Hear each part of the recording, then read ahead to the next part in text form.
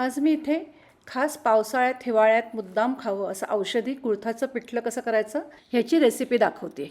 कुळथामध्ये भरपूर protein, iron, calcium असल्यामुळे अतिशय हेल्दी असं हे कुळथाचं पिठलं आहे. हे पिठलं मुद्दाम पावसाळ्यात हिवाळ्यात खायचं. ह्याच्यात हिट भरपूर असते, उष्णता भरपूर असते. त्यामुळे पावसाळ्यात किंवा हिवाळ्यात जो सर्दी खोकला ताप येतो तो कुळथाचं पिठलं खाल्ल्याने लवकर बरा होतो. अगदी कमी साहित्यात आणि 5 ते 10 मिनिटात हे पिठलं तयार होतं. नमस्कार, श्रेयाज रेसिपीमध्ये आपलं सगळ्यांचं खूप खूप स्वागत आहे. तुम्हाला माझे व्हिडिओ आवडत असतील तर माझ्या व्हिडिओला लाईक करा, जास्तीत जास्त शेअर करा, तसेच माझ्या चॅनलला सबस्क्राईब करा, बेल आयकॉन प्रेस करायला विसरू नका. आता साहित्य बघूया. कुळथाचं पीठ 1 वाटी घेतलेलं आहे. हे रेडीमेडच आहे. हे सोहम कंपनीचं मी घेतलेलं आहे. 5-6 लसणाच्या पाकळ्या घेतलेल्या आहेत. 3 आमसुलं घेतलेली आहेत. आमसुलं जरा मोठे आहेत त्यामुळे 3 घेतलीत. लहान असेल तर एक 4-5 घ्या. 2 सुक्या लाल मिरच्या घेतलेल्या आहेत, त्याचे तुकडे करून घेतलेले आहेत. मीठ चवीनुसार. इथे वाटीभर कुळथाचं पीठ घेतलेलं आहे. वजनी बघितलं तर हे 80 ग्रॅम होईल. हे पिठलं भरपूर होतं त्यामुळे करताना लहान वाटीनेच करायचं. आता ह्याच्यामध्ये आपल्याला 1 वाटी पाणी मिक्स करायचं आहे. वाटीभर पाणी मिक्स करते, घालते. असं दोन्ही एकजीव करून घ्यायचं, त्यामुळे पिठल्यामध्ये गुठळी राहत नाही, लम्स राहत नाहीत. हे अगदी प्लेन करून घ्यायचं. हे पिठलं मुद्दाम लोखंडी कढईत करायचं, त्यामुळे जास्त खमंग होतं. कढईमध्ये 3-4 चमचे तेल घेतलेलं आहे. गॅस चालू केलेला आहे. 1 लहान चमचा किंवा पाव चमचा मोहरी घालते, पाव चमचा जिरं घालते आणि पाव चमच्याला थोडा कमी हिंग घालते. थोडी हळद, लाल सुक्या मिरच्या, कढीपत्ता, लसूण घालते. तो ठेचून घालायचा. लसूण लाल होईपर्यंत चांगलं परतून घ्यायचं.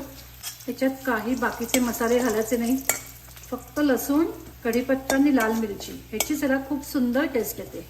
लाल तिखट वगैरे सुद्धा काही घालायचं नाही. मिरची नसेल तुमच्याकडे तर लाल तिखट घाला. लसूण छान कुरकुरीत झालेला आहे, लाल झालेला आहे. ज्या वाटीने पीठ मोजून घेतलं होतं त्याच वाटीने 3 वाट्या पाणी मिक्स करते.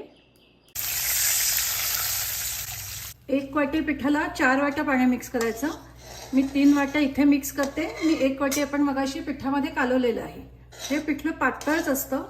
तुम्हाला जशी त्याची कन्सिस्टन्सी हवी तसं तुम्ही हे पिठलं करा. अजून जर तुम्हाला थोडं पातळ हवं असेल तर अजून थोडं पाणी मिक्स केलं तरी चालेल. आमसुलं घालूया. आमसुलाचे बारीक तुकडे करून घेतलेले आहेत. आता पाण्याला चांगली उकळी येऊ दे. मी तुम्हाला इथे पारंपरिक पद्धत दाखवते. तुमच्याकडे जर आमसुलं नसतील तर तुम्ही याच्यात अर्धी वाटी दही घातलं तरी चालेल. मीठ घालते. इतक्या वेळ सगळं आपण लो फ्लेमवर केलं होतं. आता मी मीडियम टू हाय फ्लेम करते. मगाशी पिठामध्ये आपण पाणी मिक्स केलं होतं वाटीभर, त्याच्यात अजून मी थोडंसं मिक्स करते, थोडं हे पातळ करते. आता आपल्याला हे त्या उकळत्या पाण्यामध्ये मिक्स करायचं आहे. ह्याचा रंग काळा येतो, तसंच आपण लोखंडी कढईत करतो त्यामुळे अजून काळा येतो. आता हे घालते मी ह्याच्यात.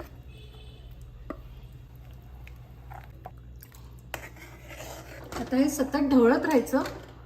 अशी पुन्हा त्याला एकदा उकळी आली पाहिजे, त्याच्यामुळे ते चांगलं शिजेल. याला जास्त वेळ लागत नाही. हे शिजायला लागलं की घट्ट होत जातं. तुम्हाला भाताबरोबर खायचं असेल तर अजून पातळ केलं तरी चालेल.